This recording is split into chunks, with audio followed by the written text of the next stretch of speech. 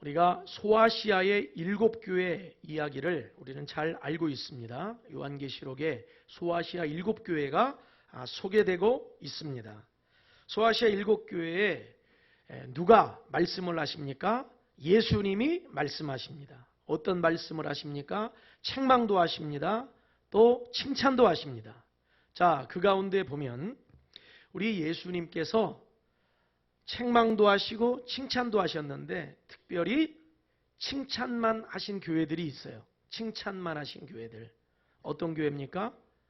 서머나 교회, 빌라델비아 교회를 우리 예수님께서 칭찬하셨어요. 여러분, 우리 세종 임마누엘 교회가 우리 예수님께 칭찬을 받는 교회가 될 수 있기를 주의 이름으로 축원합니다. 또 우리 모든 성도들이 신앙생활을 통해서 우리 예수님께 인정을 받고 우리 예수님께서 잘했다 충성된 종아, 잘했다 충성된 자녀야, 우리 예수님께 인정을 받는 우리 모두가 될 수 있기를 주님의 이름으로 축복합니다. 자, PPT 화면 다음 화면으로 넘겨봐 주세요. 소아시아 7교회 가운데 예수님께 책망받지 않고 칭찬받은 교회가 두 교회가 있는데 서머나 교회, 빌라델비아 교회라고 그랬어요. 그런데 오늘은 서머나 교회에 관해서 오늘 말씀을 좀 나누려고 합니다. 자, 맨 밑에 노란색 글씨 한번 읽어봅시다. 시작. 자, 우리 함께 우리가 읽을 적에는 이거 선포하면서 읽으세요. 선포하면서, 그리고 마음을 하나로 모아서 실제로 우리가 그렇게 돼야 됩니다. 아멘. 자, 시작. 칭찬받는 임마누엘 교회가 되자. 할렐루야. 예수님께 칭찬받는 우리 모두가 될 수 있기를 주의 이름으로 축원합니다. 신앙생활을 열심히 했는데, 나름대로 30년도 하고 50년도 했는데 우리 예수님께 칭찬받지 못하고 책망을 받는다면 여러분, 신앙생활이 무슨 의미가 있겠어요? 그렇죠? 신앙생활을 우리가 단 1년을 하더라도, 단 5년, 10년을 하더라도 여러분, 예수님께 칭찬을 받는 우리 성도들, 우리 교회가 될 수 있기를 주의 이름으로 축원합니다. 그러면 이 서머나라고 하는 곳은 어떤 곳인가? 이 서머나라고 하는 이 도시에 관해서 잠깐 살펴보는 시간을 가지겠습니다. 자, PPT 다음 화면을 넘겨봐 주세요. 오늘날 현재의 모습이 저런 모습입니다. 자, 사진으로 여러분들에게 보여드리는데요. 서머나는 현재 이즈미르라는 이름으로 불리는 도시입니다. 이 위치는 에베소에서 북쪽으로, 에베소는 여러분들 잘 아시죠? 북쪽으로 80km 거리에 이제 떨어져 있습니다. 이것이 이제 오늘날의 이제 모습이에요. 서머나가 어디냐? 오늘날 찾으려면 서머나로 찾으면 안 되고 이즈미르라고 하는 터키한 도시를 찾으면 됩니다. 자, 다음 화면 보세요. 이거는 이 이즈미르, 이제 서머나의 이 과거에 남겨진 이제 있었던 그런 유적들을 발굴해서 그대로 이제 남겨둔 것이죠. 오늘날 이제 가보면 이제 저런 유적들이 이제 남겨져 있습니다. 이 서머나는 BC 700년에 살았던 그리스 최대의 서사시 일리아드와 오디세이를 쓴 이 호머의 고향으로 알려져 있고, 또 그리고 BC 3000년경부터 사람들이 거기에 살고 있었다고 그렇게 알려져 있습니다. 자, 다음 화면 보세요. 자, 서머나는 어떤 도시인가? 현재 어떤 이름으로 불려요? 이즈미르. 그리고 일리아드 오디세이를 쓴 호머의 이제 고향이죠. BC 3000년경부터 사람들이 이제 거주했고, 또 에게해의 진주라고 불릴 정도로 아름다운 그러한 항구 도시. 그리고 이 도시는 특별히 이 사도 요한 시대에 매우 번창했던 곳입니다. 그래서 아주 유명한 그런 경기장들에서 많은 그런 경기들이 열렸고, 또 도서관도 있었고, 또 극장도 그곳에 있어서 많은 사람들이 그곳에서 아주 풍요롭게, 더군다나 이 무역업이 발달했던 항구 도시이기 때문에 그곳은 많은 사람들이 풍요로운 삶을 누리고 또 휴양을 즐기고 여러 가지 기타 사람들이 누리기를 원하는 어떤 문화적인 그런 혜택을 받았던 그런 도시가 이 서머나라고 하는 도시입니다. 그런데 또 이 서머나는 BC 195년에 이 로마의 여신을 위한 신전을 건립을 했어요. 그래서 로마 제국에 충성을 바친 도시로서 명성을 얻었고요. 그리고 이 명성을 바탕으로 해서 이 서머나는 로마의 특별한 보호와 이 혜택을 받아서 황제를 예배하는 황제 예배의 중심지가 되기도 했습니다. 자, 이제 머릿속으로 여러분들이 좀 정리가 되실 거예요. 서머나는 풍요로운 도시입니다. 문화적 혜택이 있는 도시예요. 거기서 살면 얼마든지 인간적으로 풍요롭게 살 수 있고요. 다양한 문화를 접할 수 있고요. 어떤 경기장이 있기 때문에 경기를 즐기고 원하는 사람들, 도서관이 있기 때문에 그걸 원하는 사람들, 얼마든지 모든 분야에 자기들이 원하는 것들을 누리고 혜택을 받는 곳, 그것이 바로 서머나였다는 거죠. 그런데 또 하나, 그것은 어떤 곳이었어요? 황제 숭배의 중심지였죠. 로마 황제에게 바쳐진 도시였죠. 자, 이런 도시였기 때문에 그곳에서 신앙을 지킨다는 것은 쉬운 일이었을까요? 어려운 일이었을까요? 매우도 어려운 일이었을 것입니다. 그렇죠? 더군다나 말씀을 보면 유대인들이 기독교인들을 핍박을 했거든요. 아주 집요하게 핍박을 했고 괴롭혔습니다. 그런 것을 우리는 성경을 통해서 또 역사적으로 우리는 파악할 수 있는 겁니다. 이것이 이제 서머나예요. 자, 그러면 여러분들 한번 생각해 보세요. 여러분들이 서머나와 같은 그러한 도시에, 그러한 지역에서 여러분들이 신앙생활을 하고 있다고 한번 생각을 해 보세요. 자, 풍요로운 도시입니다. 얼마든지 풍요를 즐길 수 있어요.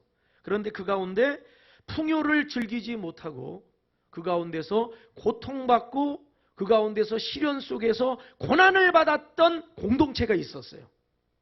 그 공동체가 어떤 공동체입니까? 교회 공동체입니다. 다른 사람들은 거기서 편안하게 즐기고 풍요를 즐기고 문화생활을 즐겨요. 그런데 어떤 공동체는 불이익을 당하고 괴롭힘을 당하고 핍박을 당하고 순교하는 일이 있고 온갖 고난과 환난 속에서 살아가는 사람들의 무리가 있었다는 거예요. 그 무리가 어떤 공동체입니까? 교회 공동체. 서머나 교회가 그러한 상황에 놓여 있었다는 사실입니다. 자, 다음 화면 이제 보세요. 자, 여러분들은 풍요로운 도시, 넉넉한 도시, 얼마든지 즐길 수 있는 그런 도시에서 예수를 믿는 것 그 이유 때문에, 황제 숭배를 거부하는 그 이유 때문에 여러분들이 핍박을 받게 된다면 여러분들 어떤 선택을 하실 것입니까? 풍요를 선택할 것입니까? 고난을 선택할 것입니까? 여러분, 이것은 오늘날에도 적용되는 매우 심각한 질문이 아닐 수 없는 것입니다. 자, 우리 옆 사람에게만 물어봅시다. 당신은 풍요를 선택할 것입니까? 주님을 위한 고난을 선택할 것입니까? 물어보세요. 시작.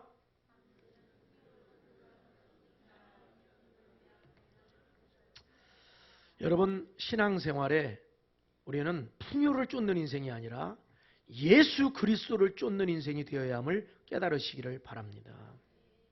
하나님은 우리에게 말씀하셨어요. 아브라함에게도 약속하시고 내가 반드시 너에게 복주고 복주며 번성케 하고 번성케 하리라. 축복을 약속하셨어요. 하나님은 분명히 우리를 축복하시는 하나님이십니다. 그러나 우리는 축복을 섬기는 사람들이 아닙니다.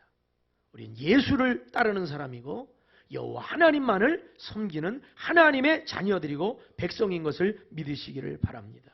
그렇기 때문에 풍요를 따를 것이냐 예수를 따를 것이냐 그 기로에 놓였을 때 우리는 주저없이 풍요가 아니라 예수 그리스도를 따라가는 예수님의 제자들이 되어야 함을 여러분 잊지 않으시기를 주의 이름으로 축원합니다. 그러한 어려움과 시련과 환난 가운데 있는 서머나 교회를 우리 예수님은 칭찬하셨어요. 그러면서 그 서머나 교회 성도들에게 오늘 이렇게 말씀하고 계십니다. 여러분들 예수님의 말씀을 한 귀로 듣고 흘려버리지 말고 그 말씀을 100% 있는 그대로 받아들이고 그리하여 우리도 서머나 교회 성도들과 같이 칭찬받는 성도들이 될 수 있기를 주의 이름으로 축원합니다. 자, 오늘 4가지 말씀을 살펴보겠습니다. 첫째로 자 읽어봅시다. 시작. 예수님은 자 따라합시다. 장차받을 고난을 두려워하지 말라. 두려워하지 말라. 이 명령은 시제를 보면 현재 명령형입니다. 현재. 지금 서머나에 있는 이 교회 성도들은 현재 지금 이 시점에 이 상황에 그 마음이 어떤 상태라는 겁니까? 두려움에 빠져 있는 상태라는 얘기죠. 여러분, 우리도 오늘날 신앙생활하면서 갖가지 여러 가지 이유 때문에 신앙생활을 하는 것에 불안함을 느끼는 사람들이 있을지 모르겠어요. 또 어떤 핍박이나 또 이런 이유 때문에 두려움을 느끼고 있는 사람이 있는지 모르겠어요. 가족 중에 누군가가 너 예수 믿지 마, 너 교회 가지 마, 이런 문제 때문에 신앙생활을 하면서도 굉장히 불안하고 두려운 사람이 있는지 모르겠어요. 여러분, 지금 현재 두려움에 떨고 있는 성도들에게 우리 예수님은 지금 이 시점에, 지금 이 현재적 상황에서 이렇게 말씀하고 계십니다. 지금 너희가 두려워하고 있느냐? 두려워하지 말아라. 두려워하지 말아라. 그 이유가 무엇일까요? 자, 우리 8절을 한번 읽어봅시다. 8절. 자, 읽읍시다. 시작. 서머나 교회의 사자에게 편지하라. 처음이며 마지막이요 죽었다가 살아나신 이가 이르시되. 자, 보세요. 처음이요 마지막이며 죽었다가 살아나신 분이 누구세요? 예수 그리스도. 온 인류 역사상 죽었다가 살아나신 분은 딱 한 분밖에 없어요. 예수 그리스도. 그분이 말씀하십니다. 서머나교회 성도들에게 말씀하시고 오늘 우리들에게 말씀하십니다. 나는 죽음을 이기고 승리했다. 너희는 두려워하지 말아라. 장차받을 고난을 두려워하지 말아라. 한국교회 초기 역사 가운데 평양에 최봉석 목사님이란 분이 계셨어요. 최봉석. 이 최봉석 목사님의 또 다른 이름은 여러분들이 익히 들어보셨을 거예요. 최권능 목사라는 분으로 불리셨어요. 그 이유는 이분은 예수님의 권능으로 차고 넘쳤기 때문에 늘 사람들이 볼 적에 야, 저분은 최권능 목사, 최권능. 권능이 넘쳤습니다. 밤이고 낮이고 이분이 외치는 소리가 있었어요. 예수 천당! 예수 천당! 예수 천당! 예수를 믿어야 천당 간다. 예수를 믿어야 구원을 받는다. 그리고 불신지옥을 외쳤어요. 예수를 믿지 않으면 지옥불에 떨어지게 된다. 예수를 믿어야 된다. 한번 따라합시다. 예수 천당! 예수 천당! 예수 천당! 물론 우리가 밖에 나가가지고 오늘날 예수 천당 불신지옥 이렇게 하면 수많은 사람들이 비난하고 뭐 그렇게 하겠죠. 그러나 여러분들의 심령 안에 오늘날 전도하는 방법들은 달라질 수 있지만 심령 안에 예수 천당, 예수 천국에 대한 확신을 가져야 됩니다. 그걸 가지고 살아야 돼요. 최건능 목사님이 예수 천당 불신지옥을 외치면서 복음을 전했는데 이 일제 치하에서 신사참배를 반대하다가 결국은 이 최건능 목사님도 붙잡혀 가게 됩니다. 그래서 최건능 목사님도 온갖 고문을 받게 되죠. 그래서 이 일본 순사가 최건능 목사님이 이제 연세로 많으신데 목사님을 인정사정 봐주지 않고 몽둥이로 구타를 합니다. 그런데 최건능 목사님이 매를 맞을 때마다 뭐라고 그 입에서 터져 나오냐면 예수! 예수! 예수! 예수! 예수가 나오는 거예요. 예수! 예수! 예수! 일본 순사가 많은 사람들을 고문을 해봤을 거 아닙니까? 그런데 고문을 하는데 이게 또 어이가 없는 거예요. 그래서 너는 어째서 몽둥이로 맞을 때마다 예수를 외치는가? 물어봤어요. 그랬더니 최건능 목사님이 이렇게 대답을 하셨다고 합니다. 내 안에는 예수님으로 가득 차 있다. 내 안에는 예수님으로 가득 차 있다. 그래서 당신이 나를 때릴 때마다 내 입에서 예수님이 나오는 것이다. 할렐루야. 여러분, 최건능 목사님이라고 두렵지 않았겠습니까? 최건능 목사님이라고 그러한 고문이나 이런 것들이 힘들고 괴롭지 않으셨겠어요? 그럼에도 불구하고 예수님이 주시는 그 힘으로 예수님이 내 안에 계시기 때문에 나는 이 고난도 이길 수 있다. 이 믿음을 가지고 외친 것입니다. 여러분들 안에서 고난과 시련이 있을 때 여러분 안에서 예수라는 이름이 터져나오기를 주의 이름으로 축원합니다. 죽었다가 살아나시니 그분이 내 안의 주인이시고 그분이 내 인생의 인도자가 되시고 우리의 보호자가 되심을 믿으시기를 바랍니다.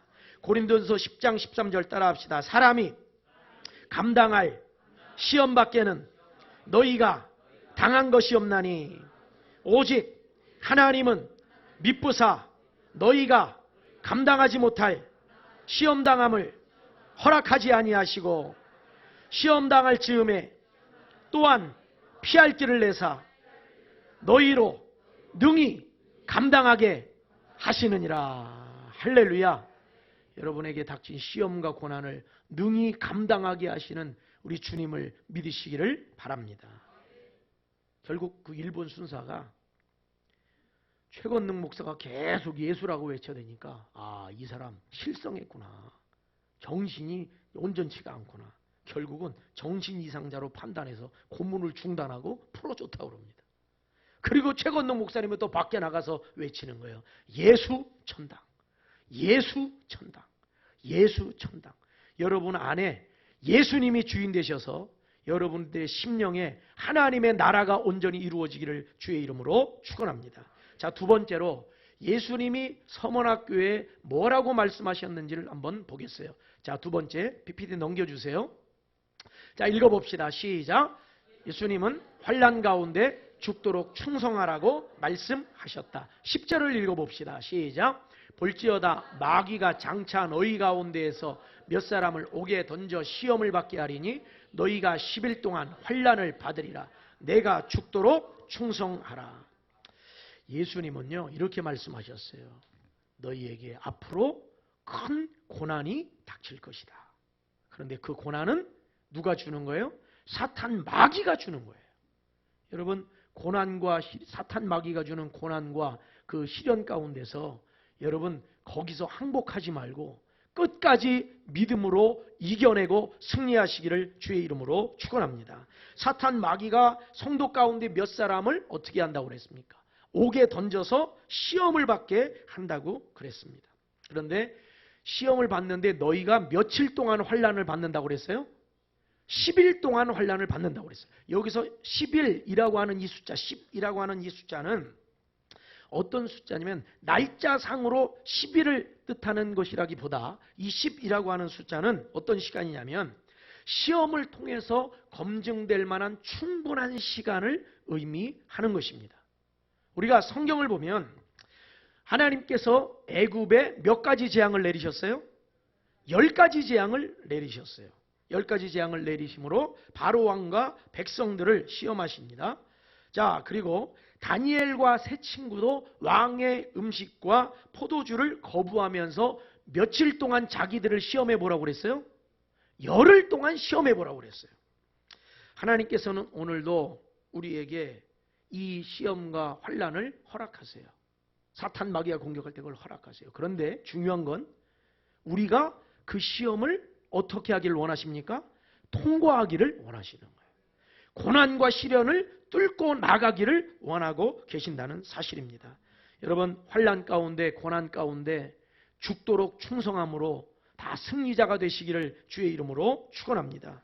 결코 여러분 고난과 시련은 그 자체가 우리에게 저주나 그 자체가 우리에게 불행이 아닙니다. 오히려 고난과 시련은 우리가 뚫고 나가야 할 대상이고 그것은 얼마든지 우리가 뚫고 나갈 수 있도록 하나님께서 우리에게 힘과 능력을 더해 주신다고 하는 사실입니다. 그렇기 때문에 우리는 고난 속에 있을 때 하나님 앞에 더 부르짖어 기도하고 하나님의 말씀을 붙들고 예수 이름의 권세를 가지고 능히 이겨야 될 줄로 믿습니다. 1945년 4월 9일에 독일의 플로센부르크 수용소에서 사형을 당한 디트리 본 회퍼 목사님은 나를 따르라는 글에서 이렇게 썼습니다. 고난은 참된 그리스도인이 달 수 있는 배지와 같다. 제자가 스승보다 나을 수는 없는 법 아닌가. 무슨 말입니까? 예수님도 우리를 위하여 고난의 길을 걸어가셨는데 제자도 우리가 예수님의 제자라면 당연히 핍박의 길, 고난의 길도 뚫고 나가야 한다는 것을 의미하는 것입니다. 루터는 고난을 참된 교회의 표지로 보았다. 제자도란 고난받으시는 그리스도께 충성한다는 뜻이다.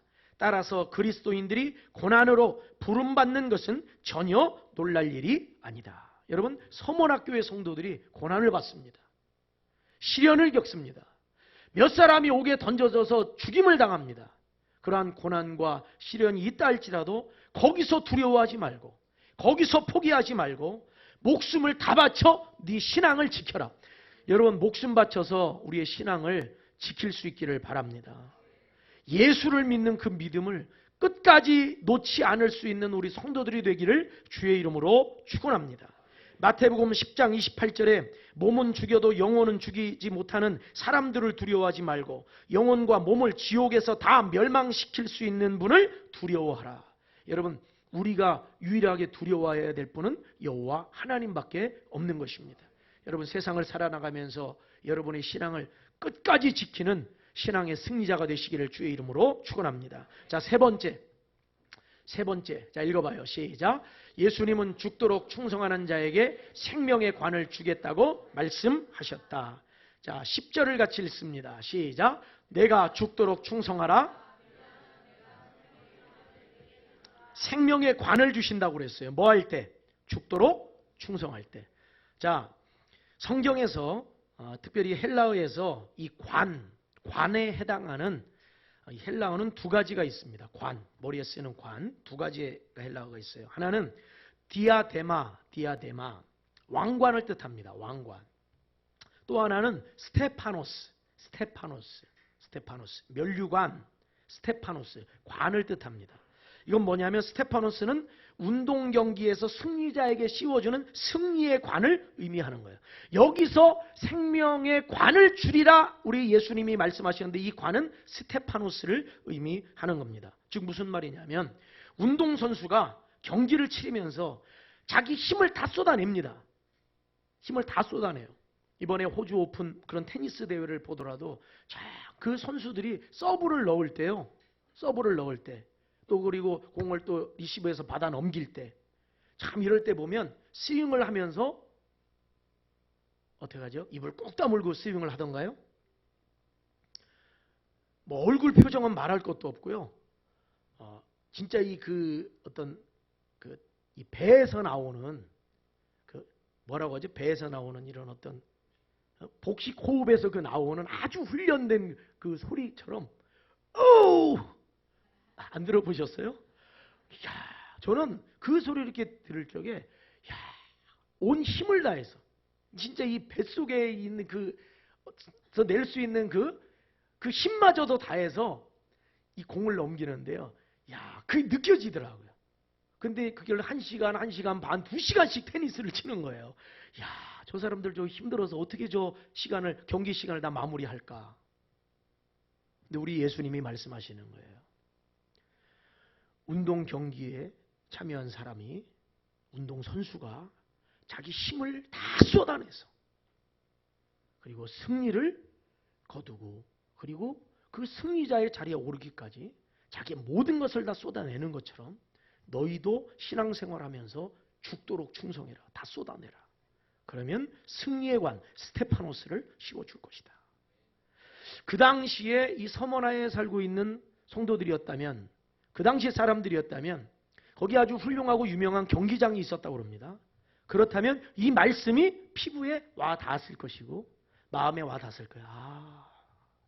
저 사람들처럼 자기 힘을 다해서 경기했을 때 결국 승리하면 승리관 씌워듯이 우리 예수님도 스테파노스 그 관을 씌워주시겠구나. 할렐루야. 여기서 우리가 주목해야 될 것 또 하나가 있어요. 뭐냐면 관은 관인데 무슨 관입니까? 생명의 관이에요. 생명의 관. 우리 예수님이 생명의 관을 주겠다고 그러셨어요. 고대 그리스에서는 경기의 승리자에게 씌워주는 관이 있어요. 어떤 관입니까? 월계수의 그 가지와 잎으로 만든 엮은 관입니다. 자, 한번 비교해 보세요. 월계수 관은 어떻게 됩니까? 시간이 지나면 시들어버려요. 그거 사용할 수 없어요. 시들어버리는 관이에요. 순간의 영광을 만끽할 수 있게는 만들어주지만 잠깐이면 시들어 없어지는 관입니다. 그러나 우리 예수님이 주시는 관은 어떤 관이냐? 영원토록 시들지 아니하는 영생의 면류관인 걸 믿으시기를 바랍니다. 우리 주님께서 주시는 그 관은 영원토록 없어지지 아니할 영광의 관인 것을 깨달으시기를 바랍니다. 우리가 신앙을 지킬 때 우리 주님은 결코 우리를 외면하지 않으시고 신앙을 지킨 그 사람들에게 생명의 면류관으로 그 승리를 인정해 주실 것입니다. 자, 네 번째 마지막입니다. 자, 우리 같이 읽읍시다. 시작. 예수님은 이기는 자는 둘째 사망의 해를 받지 않는다고 말씀하셨다. 자, 11절 시작. 귀 있는 자는 성령이 교회들에게 하시는 말씀을 들을지어다. 이기는 자는 둘째 사망의 해를 받지 아니하리라. 자, 여기서 보면 귀 있는 자는 성령이 교회들에게 하시는 말씀을 들을지어다. 자, 우리 예수님이 공생의 기간에도 귀 있는 자는 들으라 말씀하셨어요. 여러분, 우리가 성령의 감동이 돼서 우리 예수님의 말씀이 생각나고 여러분 예수님의 말씀을 아멘으로 받는 역사가 여러분 한 사람 한 사람에게 다 일어나기를 주의 이름으로 축원합니다. 그렇다면 이기는 자는 누구일까요? 이기는 자. 이기는 자. 신천지 에 보면은 이긴 자가 누구냐? 이만희 교주가 이긴 자로 했어요. 여러분, 이긴 자는 이만희 교주가 아니라 이기는 자는 누굽니까? 여러분, 이기는 자는 예수 말씀에 붙들려 그 말씀에 순종하여 끝까지 신앙을 지키는 사람이 이기는 자예요. 여러분, 우리 모두가 말씀에 붙들려 성령으로 충만하여 예수님 가신 그 길을 따라가는 진짜 제자들로서 이기는 자가 다 될 수 있기를 주의 이름으로 축원합니다. 자, 이기는 자는 어떻게 됩니까? 둘째 사망의 해를 받지 않는다고 그랬어요. 여러분, 사망에는 두 가지 사망이 있어요. 첫 번째 사망이 있고 두 번째 사망이 있어요. 첫째 사망은 뭡니까? 육신의 죽음을 의미하는 거예요. 모든 인간들은 첫째 사망을 다 겪게 됩니다. 그런데 둘째 사망은 어떤 사람은 둘째 사망에 이르게 되지만 어떤 사람은 둘째 사망의 해를 받지 않는 사람들이 있어요. 예수를 믿지 않는 사람은 둘째 사망의 해를 받게 됩니다. 그러나 예수를 믿고 예수 말씀대로 따라간 사람들은 둘째 사망의 해를 받지 아니하게 되는 겁니다. 둘째 사망의 해를 받지 아니해야 될 이유가 있어요. 왜냐하면 둘째 사망의 해를 받으면 여러분 이거는 엄청난 재앙입니다. 그 인생에게 엄청난 불행입니다.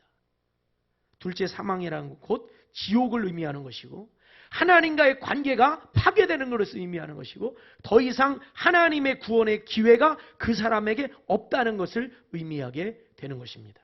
여러분, 우리 모두가 예수 안에서 말씀에 순종하여 이기는 자가 되어 둘째 사망의 해를 받지 않을 수 있기를 주의 이름으로 축원합니다. 소양 주기철 목사님, 여러분들 주기철 목사님을 잘 아실 것입니다. 주기철 목사님이 일제 신사참배에 맞서서 끝까지 싸웠는데 주기철 목사님을 향한 그 고문은 그 고통의 그 강도가 상상을 초월하죠. 주기철 목사님의 그 순교를 내용으로 한 그런 영화들이 많이 만들어졌는데 실제적으로 있었던 그런 내용들을 거기에 담았죠. 나무 판이 있는데 거기에 못을 거꾸로 박아놔요. 그 못이 위로 다 하늘로 솟아있죠. 그리고 주기철 목사님에게 이제 협박을 합니다. 네가 못을 밟고 이 못판을 지나갈 것이냐 아니면 예수를 부인할 것이냐 선택해라 이거예요. 여러분 같으면 어떤 선택을 하시겠어요? 근데 주기철 목사님은 나는 예수를 선택하고 이 못판을 걸어가겠다. 순교의 길을 걸어갑니다. 어느 날 주기철 목사님이 자신의 몸이 정말 너무도 쇠약해져 있음을 깨닫게 되고 이제 내가 죽을 날이 얼마 남지 않았다는 걸 알게 됩니다. 그때 주기철 목사님이 아내가 되는 오정모 사모님에게 유서를 보냅니다. 몸이 부어올라 터질 지경이요. 여드레 후에는 아무래도 내가 세상을 떠날 것 같소. 어머니 봉양 잘 해드리고 영진, 광조 두 아이를 잘 부탁하오. 유서를 써보냈어요. 목사님의 유서를 받은 이 오정모 사모님이 주기철 목사님이 순교하기 전에 주기철 목사님을 마지막으로 면회합니다. 그때 이런 말씀을 전합니다. 목사님, 어머니와 아이들은 제가 책임질 테니 목사님은 순교의 길을 가셔야 합니다. 목사님이 순교하셔야 조선의 교회가 살 수 있습니다. 왜냐하면 수많은 목사님들과 수많은 성도들이 다 신사참배에 엎드렸어요. 천황폐한테 다 엎드렸어요. 수많은 사람들이 예수를 버렸고 수많은 사람들이 신사참배가 죄악이 아니다. 그거는 일본 천황에 대한 예를 표하는 것이다. 이렇게 성경이 말하고 있는 진리를 왜곡시켜버리고 결국 주기철 목사님은 목사직에서도 면직이 됐어요. 그런데 주기철 목사님은 끝까지 그 신앙을 지켰습니다.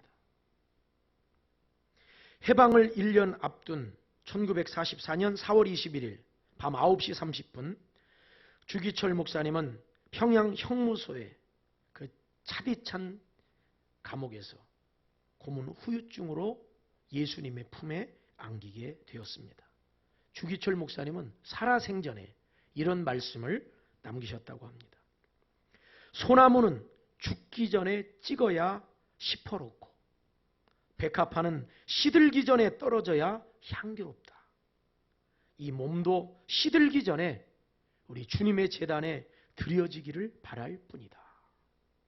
기도하겠습니다. 은혜로우신 우리 아버지 하나님,